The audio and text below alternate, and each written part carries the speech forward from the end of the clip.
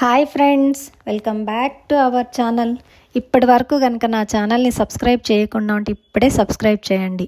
ఇదిగో అందమైన నా గార్డెన్ లేకొచ్చాను మీకు చూపించడం కోసమని.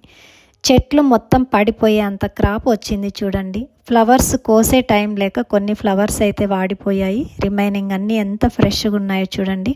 ఇదిగో నర్సరీలో గ్రాఫ్టింగ్ చేస్తున్నారు వర్కర్స్.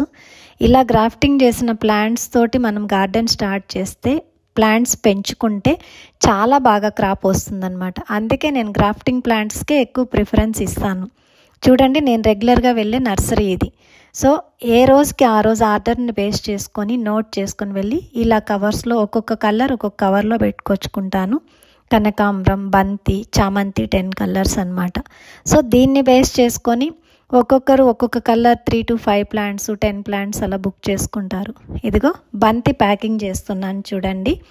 బంతి నేనైతే ఫస్ట్ కవర్లో కొద్దిగా కంపోస్ట్ వేసి ఈ ప్లాంట్స్ అందులో పెట్టి నీట్గా బ్యాండ్తో పర్ఫెక్ట్గా ప్యాక్ చేస్తాను. ఒక్కొక్కసారి తడి ఎక్కువ ఉన్న తక్కువ ఉన్న ప్లాంట్స్ పాడయ్యే ఛాన్స్ ఉంటుంది కాబట్టి దాన్ని బేస్ చేసుకొనే ప్యాక్ చేస్తాను. బయటకు పంపడానికి కొంచెం పంపించేటప్పుడు చాలా జాగ్రత్తగా ఉండాలన్నమాట. ఇదిగో బాక్స్ తీసుకున్నాను.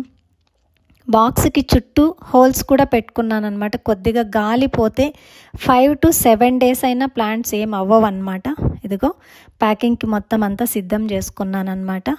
కొరియర్ బాయ్ వచ్చాడు, మొత్తం అంతా రెడీ అయ్యాయి. ఆ రోజు ఆర్డర్ని బేస్ చేసుకొని ట్రాకింగ్ నెంబర్తో సహా అంతా నోట్ చేసుకొని నీట్గా డిస్పాచ్కి పంపించేశాను అనమాట.